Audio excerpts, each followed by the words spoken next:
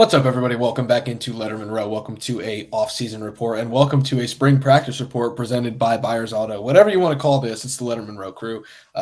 That is Tim May. That is Andy Backstrom. I think I'm pointing in the right direction, fellas. We're going to talk about Ohio State. We're going to do some things we learned, some things we still need to learn. One by one. I think this is going to be a really good discussion. I think Ohio State fans will be able to take a lot from this. So, Tim, I'm going to open it up to you. We're not going to waste any time. What did you learn as Ohio State went through two practices last week and then all of a sudden stopped for spring break, going to be back next week? But what did you learn in those first couple of practices, a few different media interviews? Not wasting time. You called on the wrong guy. Number one, that looked like the opening to either Hollywood Squares or the Brady Bunch, but that dates me. But what I learned is this is what I like from watching it, because I wouldn't say we're fans, but we do keep up with what, looks good and what doesn't look good, right? And I think the move of Jack Sawyer to becoming a defensive end and not a whatever you want to call it. I mean, the jack position, but the wild card, the Swiss Army knife, which we didn't see a lot of last year because they didn't really have that guy, after Mitchell Melton went down in the spring. I mean, they didn't have that guy. I think the move to Jack Sawyer to full-time defensive end is a stroke that should pay off. I'm really looking forward into the third year of finally a Jack Sawyer, JT Tuimoloau. Would it be a twin umphret, whatever you want to call it, but coming off the edges? Yeah, Tim, it's interesting because those two mixed in with the potential of Mike Hall and Tyleik Williams. You're talking about an all 2021 recruiting class off defensive line there. Yep. You add Ty Hamilton, who's a starter already. Yep. And you've got a pretty formidable group there. Still need to figure out a little bit on the defensive line, but obviously that's a group, Andy, that is really intriguing because we've seen the potential now of JT Tuimoloau, what he can do, the game wrecking he can have. We've seen what Jack Sawyer maybe can do, but we really haven't seen it in full. But if you get those two lining up together, Jack Sawyer officially at defensive end, I think you're going to see some things pay off for him. Certainly, I think. The big thing with this pairing is that you want to see them get to the quarterback more, not just getting the pressures, but actually getting the sacks to show for it. Jack Sawyer had 4.5 last year, which actually tied for the team lead. But if you're thinking about the great Ohio State pass rushers you've had, the Bosa brothers, you're talking about Chase Young, you want to be in that group where you're hitting maybe even double-digit sacks or at least getting there. And I think if you're talking about Jack Sawyer and JT Tuimoloau, you want to get somewhere close to that range, or at least have the production where you're forcing more turnovers, because that's honestly something that Ohio State needs, is more disruption in that backfield. Yeah, Andy, which I'm going to keep it with you now. We're going to learn what Andy learned from this week, and it's kind of related, I think. It's in a way, it's a little tied into Jack Sawyer, but it keeps us on the same track here. Andy, what'd you learn last week? Yeah, sticking with that defensive line / the second level, that jack position, as Tim talked about, they didn't get into it as much as they wanted to in the first year of the Jim Knowles system. But, he said, they're not going to really delve too much into it this spring. They want to focus more on the fundamentals. And part of that is because they have big plans for Mitch Melton again, who, if you remember, they wanted to have that jack hybrid linebacker defensive end role, which is a stand-up position in Jim Knowles' system. They wanted to have Mitch Melton there last year before he tore his ACL in the spring. Then he was out the whole year, and they really ended up using it, by Jim Knowles' estimation, around 15% of their defensive snaps last year, where he wanted it to be 40 to 60%.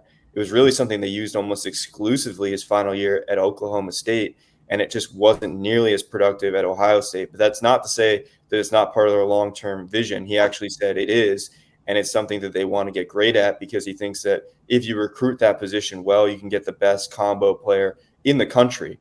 And that's not just at defensive end or linebacker. He talked about how Jason Babin was his first player to play the jack role at Western Michigan. He ended up being a first-round pick in the 2004 NFL draft. So really they're looking for anyone, and Mitch Melton kind of fits that build as a guy that's super athletic and can really rush the passer well. Ryan Day talked about how he's just got good play speed, and they just really want to be smart about his recovery and not rushing him back. We were surprised to see him at spring practice because he was listed as one of the 9 guys that wasn't supposed to be practicing in pads this spring because of his injury recovery. But he was there, and he showed some pretty good explosion in the sled drills, in the shoot drills. So this is a guy to definitely keep your eye on as you're going on. And I think it says a lot that Jim Knowles is waiting to delve into this for Mitch Melton to get involved. Yeah, let's be clear too. I mean, they weren't really in big time pads yet when we were getting to watch them, and they the way I understand it, they're still going to keep him out of what you call contact drills, right? And that's what you're alluding to. But the fact he was just out there running around and looking pretty good at it is what Andy is referring to, and I agree. I mean, Tommy Eichenberg's not going to be in contact drills, and neither Emeka Egbuka and Julian Fleming, but they were still out there running around, and staying involved, I guess is the better term. And yeah, why shoot your bullet now? I mean, there's no reason to do it. But hey, real quick, I want to follow up. But the interesting thing is, and maybe Spence is going to get into this, but CJ Hicks, is that a guy that could be that jack guy? But you're going to need more than one guy, and we're talking about Mitchell Melton right now. And Caden Curry, I think, in my opinion, suits more of being a JT Tuimoloau or Jack Sawyer, especially now that he's put on some more weight, than he does play in that jack position. So we're going to be keeping our eye on that a lot more in August than we are right now.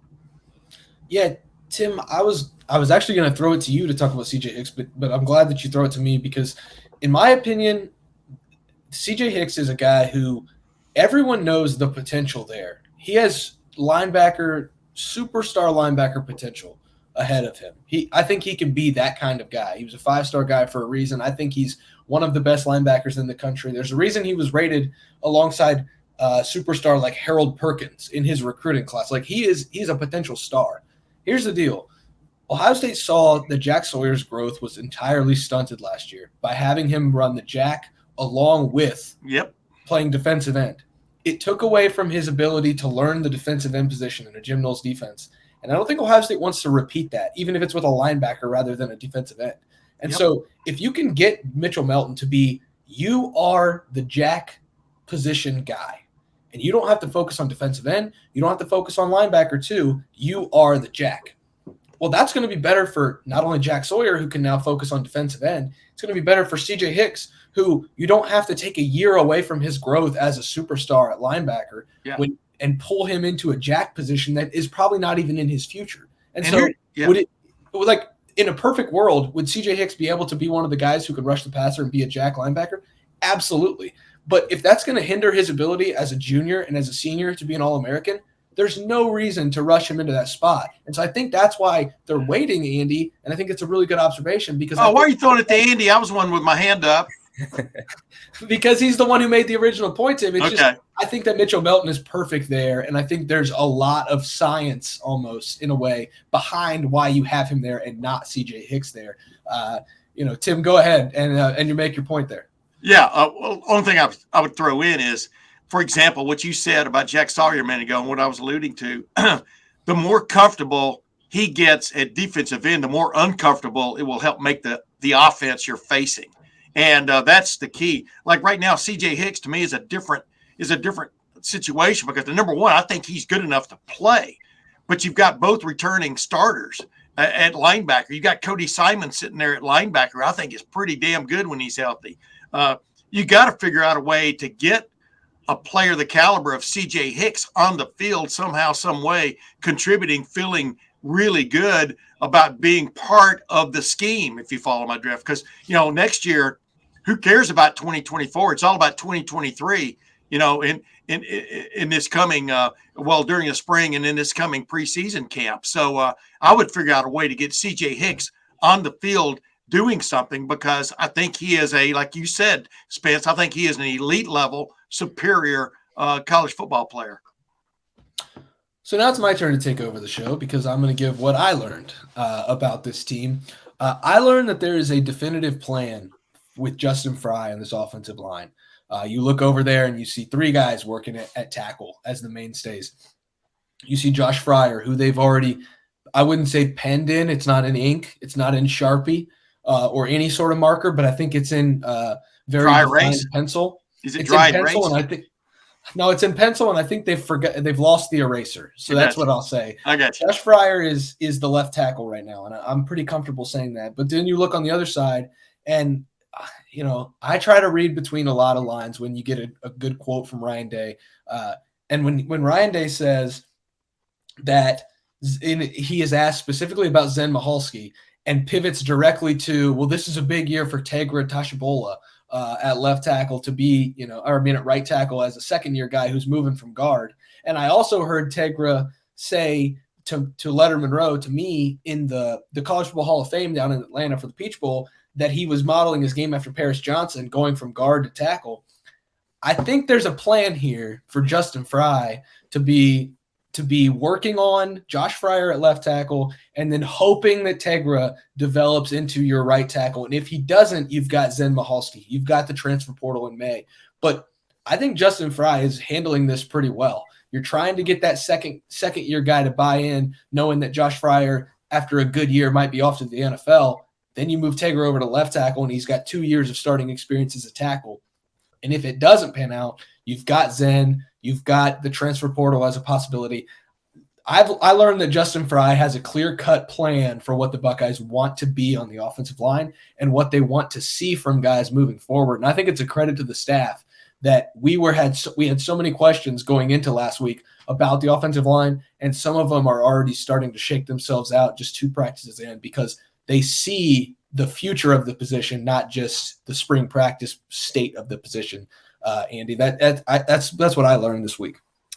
It's a little bit tricky because we're not seeing team periods yet. We're seeing individual periods. And with the offensive line, a lot of times it's the center and then the guards and then the tackles working in a different area. So we're not seeing a set 5 yet. And so it's not like we've seen Tegra Shabola alongside, whether it's, I guess, Donovan Jackson or Matt Jones. I guess it would probably be Matt Jones in that situation. So we haven't necessarily seen that, but I agree with Spencer. We've definitely seen a lot from Tegra so far in the indie periods. And I also think that, we have seen some from Zen as well in terms of getting those first team reps, if you will, in those individual periods. So I think it will still be a battle between those two. George Fitzpatrick is another guy to definitely keep your eye on, also in Tegra's class.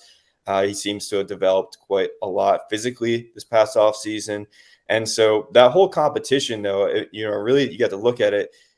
At what point do you want to figure it out? Like, you want to draw it out far enough where you're getting the best out of each other and the guys on the line, but you also want to have it figured out at a certain point, because it goes hand in hand with the quarterback situation. There's a big relationship there. We've talked about the center competition. You have Carson Hinsman there, but then you also have Jacob James, which Luke Whippler talked about in great length at the NFL Combine, about a guy who could be, his successor. And so how long do you wait for Jacob James to be healthy? And so it really begins to answer this, or ask this question of, how long do you wait to draw out this competition, and how quickly do you need it set to have your 5? I think you wait until preseason camp. I mean, preferably everybody's wanting to know who the starting quarterback is, and how much benefit there would be to name him by the end of spring, for all kinds of reasons. Number one, which is leadership. But I think that position is that battle is going to go into preseason camp, barring one of these guys just falling flat on his face. I'm talking about Kyle McCord and Devin Brown.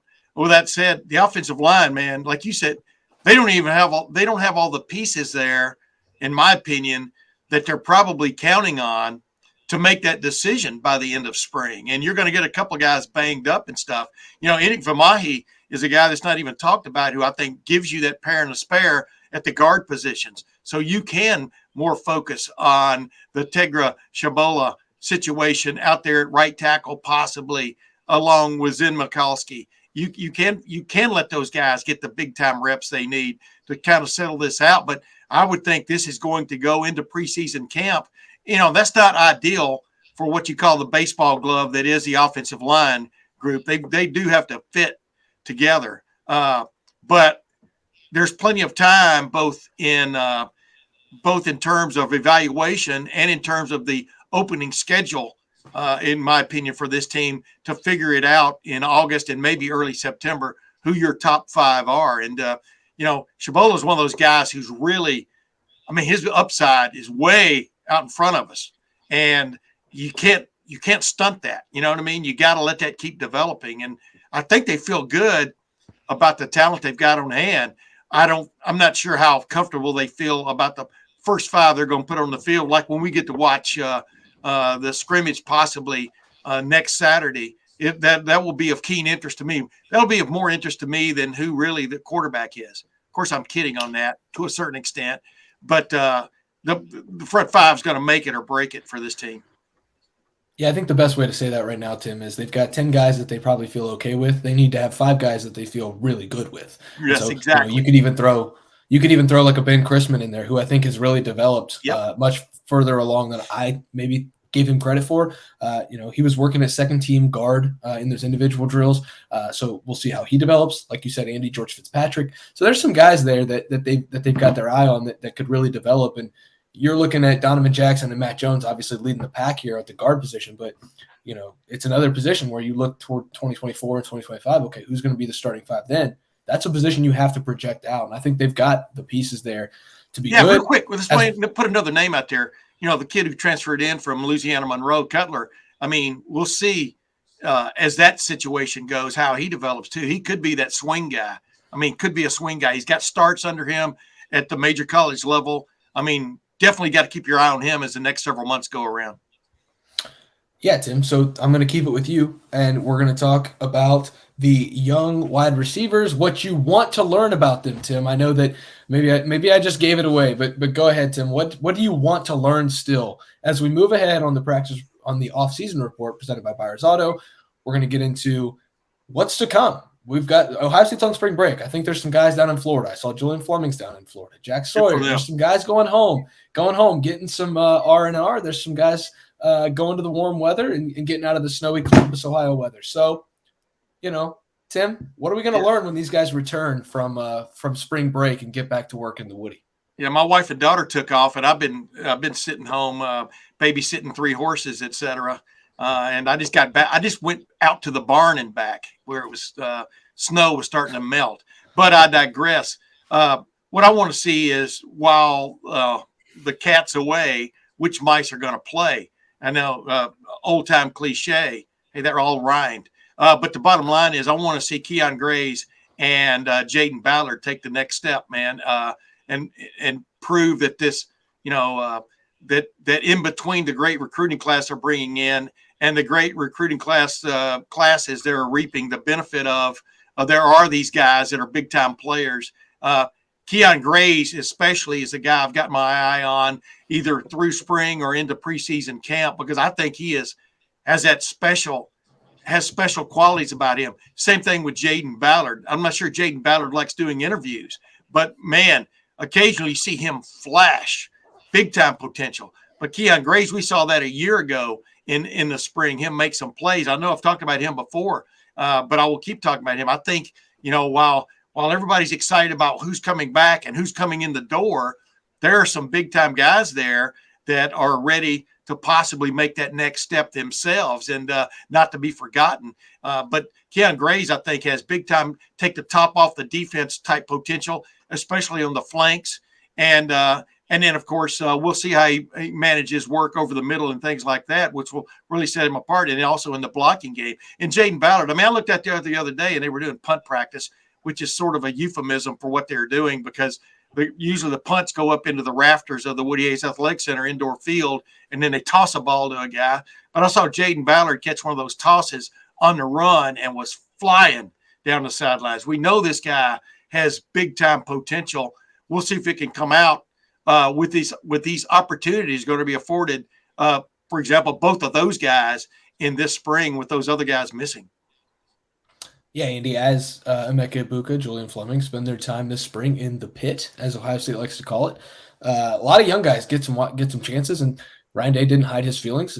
The sophomores are going to be pushed by the freshmen. Keon Grays is among those sophomores who are going to be pushed, Andy, and I think that he's got a big chance to kind of prove himself this spring as one of those guys, not to forget about as all of the top of the depth chart continues to be there, and then the new freshmen come in, the shiny new toys, as everybody likes to say, come in and make all the headlines. Don't forget about Keon Grays now. Yeah, if I remember correctly, when we were at the Peach Bowl and we were watching practice, we didn't get to see a whole lot, but we did see some Devin Brown action towards the end, and I think it was Keon Grays that hauled in a 50-plus yard reception down the sideline. It kind of goes to what Tim's saying about being able to break the top off of a defense and get downfield. And it's the same thing with Jaden Ballard. You got to remember that these guys are working with these quarterbacks. When CJ Stroud was there, he's working with the ones.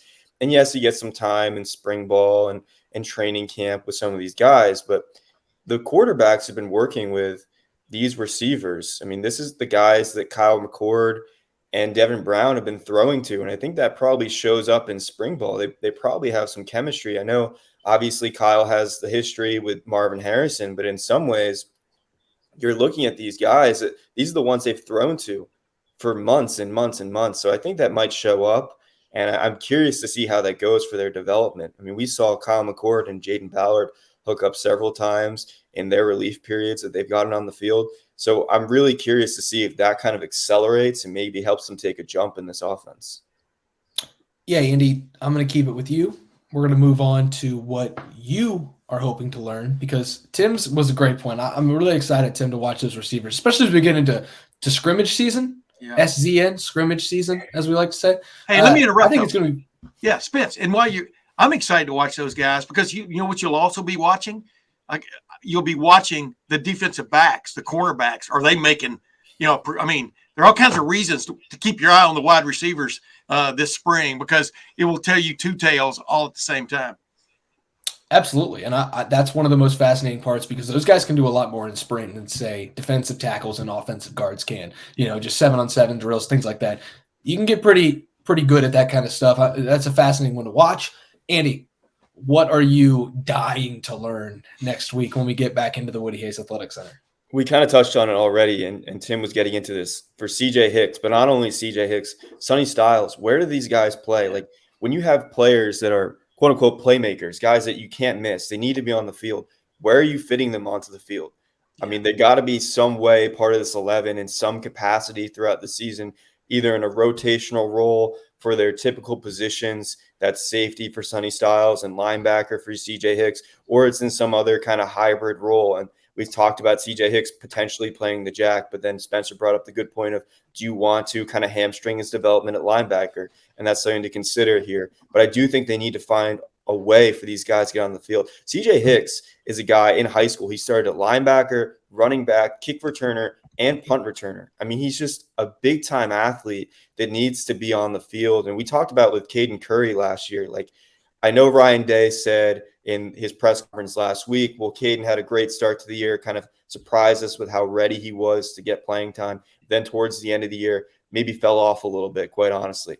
Well, why did that happen? Was it just not the volume of reps he was getting? I think we need to see some of these younger guys actually getting involved earlier on. If they're that talented, they deserve to be on the field. And I think sometimes we see with programs, not just Ohio State, but somewhat of a loyalty to some of the guys that have been around for a long time. And I think there needs to be more of a priority set on the guys that are just talented enough to play. I mean, Sonny Styles earned snaps in the college football playoff, and Ohio State kind of stood up to that testament right there. I think he played more than 10 snaps in that game against Georgia. And after reclassifying, he really should be a true freshman right now in college. He has a huge leg up in terms of his development. But those are two guys that I think need to be on the field next season, and not just in some, 10 to 12 snaps per game. Like, I think they need to be on the field for upwards of 30 per game. And I don't know how that works with the guys they already have, especially at a crowded linebacker position. But I think they need to find a way to make it happen. Yeah, there are players that end up in the picture at the end of every play. Whether it's video or film, whatever you're talking about, frame or data point. And Sonny Styles and CJ Hicks, in my opinion, are those kind of players. They figure out a way to get to the ball. You know what I mean? In one form or fashion. And I agree wholeheartedly. I endorse the message by Andy Backstrom. Yeah, I was going to set you up for that, Tim, because I was going to read this quote from Jim Knowles here that says, "Go ahead. I think when you look at the potential best 11 players for the 2023 defense, he's talking about Sonny Styles. He's a guy that our staff is going to point to and say, we need to find a way to get him in there." Yeah. Look, Jim Knowles is a straight shooter, guys. He doesn't lie. He's not around to beat around the bush. He kind of tells you exactly how it is. When he says that, it's one thing for Ryan Day to say, like, "Oh, he really impressed us last year. We're going to have to see how his spring plays out. We'll see. Pump the brakes a little bit." No, Jim Knowles is like, "Yeah, we're probably going to point at that guy and say, let's get him on the field." Andy, that's a great one, Andy. And Tim, it's going to mean huge things for the Ohio State defense if it can get longer and more athletic in the secondary. I think Sonny Styles gives you the chance to do that And that's a huge piece of everything. I agree. And some guys got caught out last year basically by not looking natural. You know what I mean? I'm talking about in the secondary, not really fitting what the situation called for. And that's what you've got to have, guys that just instinctively, like I said, move to the football, one form or fashion. The football meaning whether it's in the air or in somebody's arm running down the field. And that's what they definitely got to move to. And I really do believe, and I've said this all along, as you know, since it was revealed, Ryan Day, after Kirk Herbstreit said what he said, then I texted him. Yeah, he's thinking seriously about being just the head coach and letting, of course, Brian Hartline run the offense. He's going to still dabble in it. He is. He's the head coach. But his eyes on what's going on defensively are going to be much more aware than they were this time a year ago. And this Jim Knowles defense, and we talked about this last year, guys. You remember this. This Jim Knowles defense was always going to evolve because, as Spencer, you kept repeating last year, he's got better talent on hand across the board from just a pure talent standpoint than he had at Oklahoma State, which means you don't necessarily have to come up with tricky schemes to get the job done. You got to put guys – you want guys in position to make plays, and sometimes getting guys in position to make plays means you have them on the field. You know what I mean? And let them make plays like the Bosa brothers. You can move them from one side to the other, but final, 3rd and 8, they're probably going to get to the quarterback, Nick especially anymore. It's the same idea.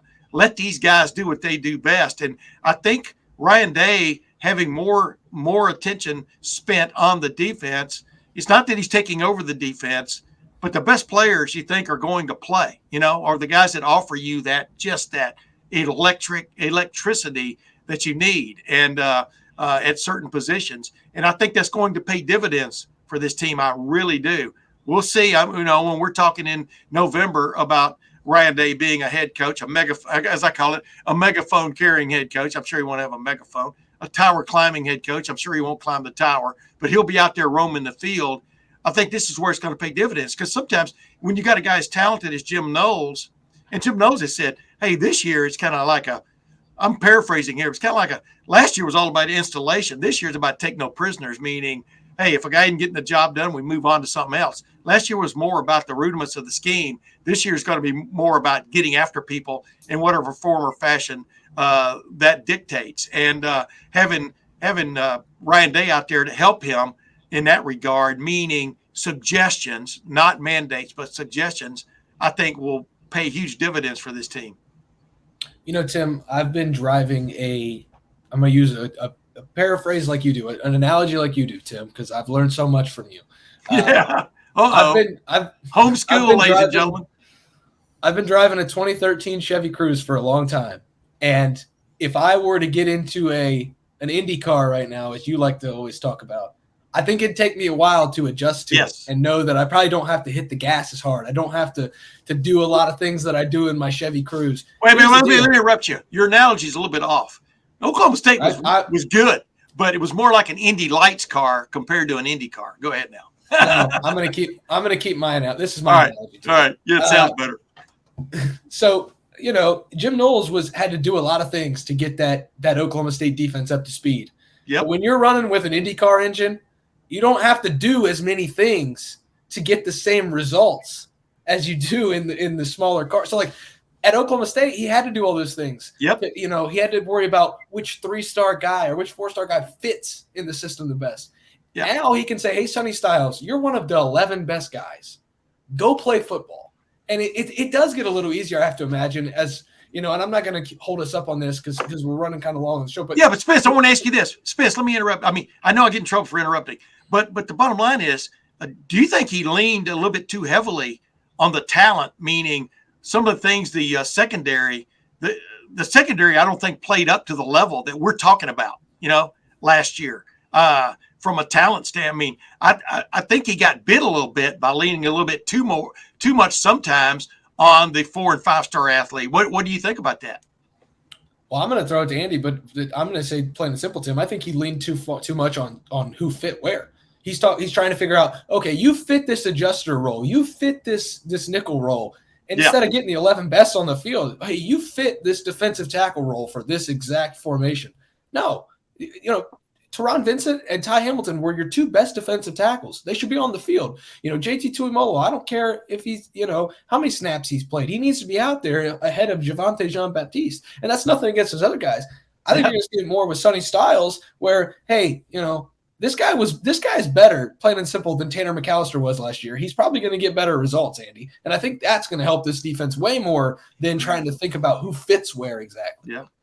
Yeah, I think he's starting to learn that too. Even with the defensive front, he mentioned I want to have the Jack as part of the long-term vision, but also Ohio State is known for its great defensive front. We have a great defensive front, and we can't just get away from that. And I think that with the secondary, it's going to be interesting because with the Sonny Styles discussion, yes, if he's on the field, that means one of those other guys isn't probably. And then you're talking about, well, who is it? They brought in Jahad Carter from Syracuse. They have Josh Proctor, who's back for his 6th year. You have Lathan Ransom, who's back and was a Jim Thorpe semifinalist. I mean, there's a really crowded room back there at the safety position. I didn't even mention Cameron Martinez. A lot of guys who have playing experience, but didn't necessarily play their best, especially towards the end of the last season. Who is going to get ousted if you're putting Sonny Styles in? That's what I'm interested in. And I think that does show, if Jim Knowles really is hard and fast about getting Sonny Styles on the field early and often, that might show us that he is ready to kind of abandon these fitted roles and just more focusing on the talent and who's best to play on the field.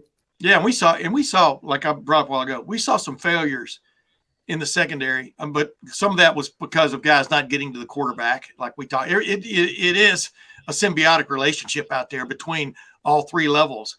But we just saw some guys who push came to shove at crunch time didn't make plays. I mean, sometimes we're in position and didn't make plays, or sometimes we're in position and for whatever reason didn't get there. Meaning from either a technique standpoint or just physically got overwhelmed. So that's what they're looking for more this spring is just guys that can bring it every play. I think the ingredients are there. I look out there on that field.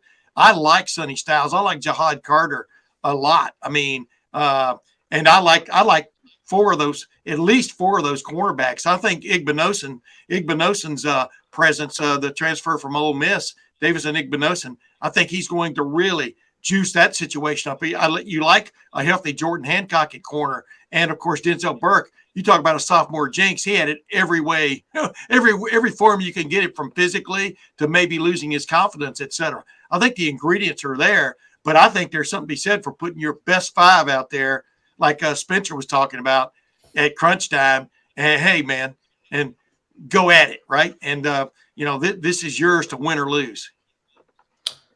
I was going to bring up a healthy discussion about the quarterback battle. I don't think there's much new that we've learned from it that we haven't covered at lettermenrow.com. Go check that out. $10 for 4 months. It's a hell of a deal. I'm just going to go ahead and plug that right now. I was going to bring up the quarterback battle because that's what I want to learn. We're going to watch 2 scrimmages here soon. We're going to watch Student Appreciation Day, which is always a great time.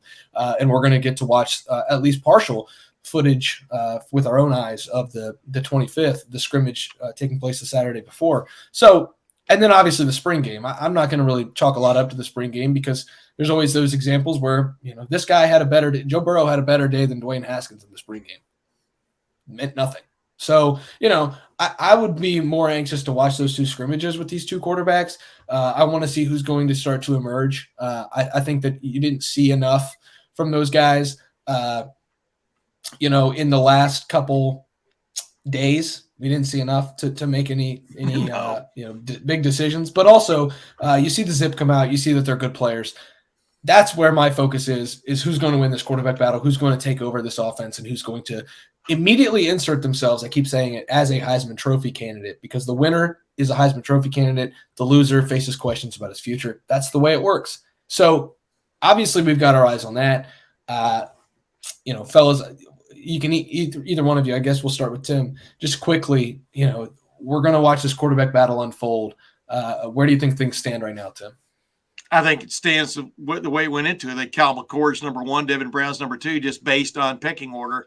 Based on pecking order has been established over the last 3 years. Cal McCord, was a backup really in 2021 and 2022. And, you get there for all kinds of reasons. But in the coaches' minds, I'm looking at it. I'm trying to look at it more of what the coaches are looking at them instead of me just looking at them saying this should be the guy. Guys, it comes down to, and Urban Meyer said that on the Urban Steak we had last week about spring quarterback battles, across the nation, but especially in the upper five, the elite five of the nation, how they're going to help dictate what happens this coming fall. And, like he said, first thing you look at, can a guy run the offense? Is he getting you first downs? Because first downs lead to touchdowns. And so I'll be watching these scrimmage situations to see if he's going to the man, from the passing game aspect. Are you getting the ball to the man who's open, and are you moving the ball down the field? And if it comes in big, huge plays, hey, that's pretty cool. Looks good on your resume. But what really matters is, do you maintain possession of the football and put your team in position to score? And it's as basic as that. And think about quarterback play, and this. From high school to college, it's a major jump. From college to the NFL, it's another major jump. And that jump is how quickly you assimilate what you're seeing from a defensive standpoint while also remembering the play that's been called and where the strength of that play is based on the defense that you're seeing. That sounds fairly simple. It's not that simple, especially in the modern game, especially in the modern college game. We're talking about the tricks that Jim knows like to play defensively. So does every other defensive coordinator these guys are going to face, either on good or bad teams. So how quickly they can deal with that and get the ball to the right guy will determine who the starting quarterback is. And that, I know people don't want to hear us say,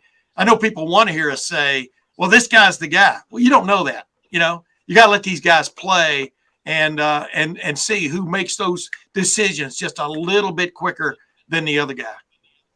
Andy? We're not seeing a whole lot, and that's definitely intentional right now. I mean, We're seeing guys drop back and throw in 5-yard hitch. I mean, this is what we're getting right now. But I'm really interested to see going forward in the scrimmages and then eventually the spring game, some of the things the players have talked about. For Kyle McCord, it's the anticipation. Guys that said he throws with great anticipation. He really knows his timing. He watches hours of film. That's not to say Devin Brown doesn't, but those are the things they've highlighted with Kyle McCord. So I want to see that from Devin Brown. I want to see his mobility. It's been talked about a lot. We've even asked questions like, are we making too much of this about who is more mobile? And I think even Marvin Harrison Jr., who played with Kyle McCord in high school, said, no, Devin definitely has a mobility to him, and said that that's something that really helps his game. And even Steele Chambers at linebacker said that he was chasing down Devin Brown and saw the number 33, kind of took him aback a little bit. And it was hard to get him down. He was quite elusive. And obviously they're not tackling at this point. These are the quarterbacks. They're wearing black jerseys for a reason. But in terms of just speed of the game, that's somewhat still there in spring. And so I want to see that. The anticipation from Kyle McCord and the mobility from Devin Brown. Those are the two things I'm kind of focusing on right now. Yep. The quarterback battle well underway. So is Ohio State spring camp. Ohio State now on spring break.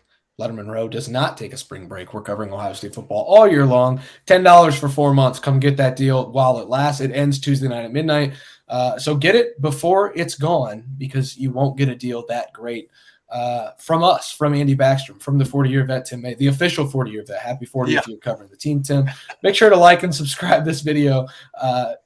Make sure to like this video, subscribe to the YouTube channel. Come check us out wherever you get your podcast, lettermenrow.com. We cover the Buckeyes all year long. A lot of ground covered today, fellas. We'll be back in the Woody Hayes Athletic Center next week for full coverage of spring practice at Ohio State. Thanks for watching. Thanks for listening. We will see you guys next time on the latest offseason report presented by Buyers Auto.